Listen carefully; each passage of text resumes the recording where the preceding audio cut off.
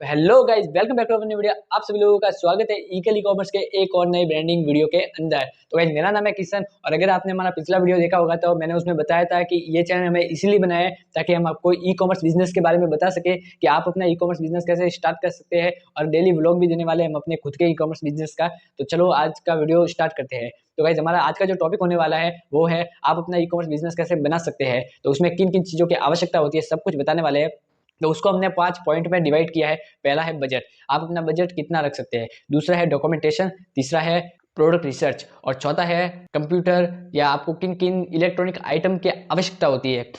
तो जो सबसे पहला पॉइंट है वो है बजट। तो आपका बजट कितना रखना चाहिए। तो अगर आप मेरी सलाह ले तो आपको मिनिमम बजट चाहिए 10,000 और मैक्सिमम बजट आप 50,000 रख सकते हैं स्टार्टिंग एज में, यानी स्टार्टिंग के स्टेप्स में आप 50,000 रख सकते हैं। सॉरी, एज बोल दिया। तो बजट आपको पता चल गया। अब सेकंड है प्रोडक्ट रिसर्च। आपको प्रोडक्ट कैसा चाहिए। देखो, आपको ऐसा प्रोडक्ट नहीं, बिल्कुल भी नहीं खरीदना है, नहीं लाना है जो आपको सस्ता पड़ रहा है। ऐसा प्रोडक्ट लाओ जो मार्केट में ऑलरेडी चल रहा है या जिसकी मार्केट में हाई डिमांड है और उतनी उसकी आपूर्ति नहीं हो पा रही है, जिसकी उसकी उतनी सेलिंग नहीं हो पा रही है, यानी जो वेंडर है वो उसका उतना माल लेकर नहीं आ पा रहा है जितना कस्टमर को चाहिए। ऐसा प्रोडक्ट लाइए या ऐसा प्रोडक्ट लाइए जो मार्केट में अवेलेबल ही नहीं है, जो कोई सेलर ऑनलाइन पे सेल नहीं कर रहा और ऑफलाइन में उसकी बहुत डिमांड है। तो ऐसा प्रोडक्ट आप ला सकते हैं। अगर आपने कोई नॉन ब्रांडिंग या ऐसा प्रोडक्ट लाया जिसकी अभी मार्केट में कोई वैल्यू नहीं है तो आपको बहुत बड़ा लॉस हो सकता है, वो मैं पहले आपको बता देता हूँ। और इन सभी के ऊपर अगर आपको डिटेल वीडियो चाहिए तो आप कमेंट में बता देना, मैं वो भी बता दूंगा।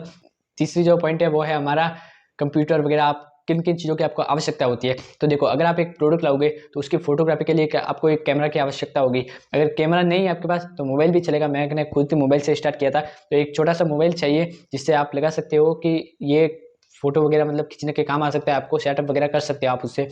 तो एक हो गया कैमरा और एक हो गया प्रिंटर। आपको प्रिंटर की आवश्यकता होती है। जैसे कि अभी मेरा कोई ऑर्डर आया और उसके लिए उसका शिपिंग लेबल मुझे निकालना है तो प्रिंटर की आवश्यकता होती है। लेकिन अगर आप नए सेलर हो तो आप अपना जो शिपिंग लेवल है वो किसी दूसरे वेंडर के थ्रू भी निकाल सकते हो, जैसे किसी ई मित्र के थ्रू, आपके दोस्त के पास है ऐसा प्रिंटर तो उसके साथ भी निकाल सकते हो। और तीसरी जो चीज़ होती है वो है कंप्यूटर। ये कंप्यूटर है या लैपटॉप है, ये आपको मैंडेटरी होता है, ये आपको चाहिए ही चाहिए। इससे क्या होता है कि आप बल्क लिस्टिंग वगैरह, जैसे कॉम्बोज बनाना है या बल्क लिस्टिंग करनी है या प्रॉपर तरीके से अपने सेलर अकाउंट को मैनेज करना है तो उसके लिए आपको एक ना एक कंप्यूटर की या लैपटॉप की आवश्यकता होती ही है। और चौथा नंबर पॉइंट है डॉक्यूमेंटेशन। डॉक्यूमेंट में आपको 3 तरह के डॉक्यूमेंट चाहिए, जैसे कि जीएसटी हो गया, करंट अकाउंट हो गया। अब इन ये दोनों तो जरूरी है अगर आप इंडिया लेवल पर बेचना चाहते हो। अगर आप इंडिया लेवल पर अपने प्रोडक्ट को बेचना चाहते हो तो आपको जीएसटी नंबर और करंट अकाउंट तो चाहिए ही चाहिए। और इसकी तीसरी जो चीज़ है वो है एनरोलमेंट आईडी। अब ये एक ऑप्शनल चीज़ होती है, ये एक ऑप्शनल चीज़ होती है जो जीएसटी के विपरीत होती है। यानी कि अगर आपके पास जीएसटी नंबर नहीं है तो आप एनरोलमेंट आईडी ले सकते हो, लेकिन उसका एक क्राइटेरिया है कि आप उसमें सिर्फ अपने स्टेट में ही बेच सकते हो। जैसे मैं राजस्थान से हूँ तो सिर्फ मैं राजस्थान में अपने प्रोडक्ट को बेच पाऊंगा, बाकी कहीं भी अपने प्रोडक्ट को बेच नहीं सकता। और ऐसा भी नहीं है कि आप अपने एनरोलमेंट आईडी से सभी प्लेटफॉर्म पे बेच सकते हैं, बिल्कुल भी नहीं। सिर्फ मीशो पर ही बेच सकते हैं, जो अमेजोन उसको अप्लाई नहीं करता है, फ्लिपकार्ट उसको अप्रूव नहीं करता है, मित्रा उसको अप्रूव नहीं करता है। उसके भी अलावा बहुत सारे ऐसे हैं जो अप्रूव नहीं करते हैं एक दूसरे को, तो उसके लिए भी आपको जीएसटी नंबर चाहिए ही चाहिए।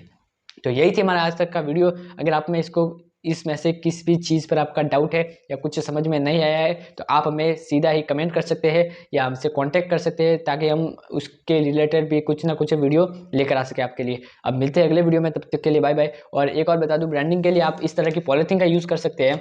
आप देख सकते हो, जिससे क्या होता है कि अगर आपका कोई रिटर्न आरटीओ आता है और वो गलत आ जाता है तो उसके आपको पैसे क्लेम के थ्रू मिलते हैं। अगर आप इनकी यूज़ नहीं करोगे तो आपको बहुत बड़ा लॉस भी उठाना पड़ सकता है। तो मिलते हैं अगले वीडियो में।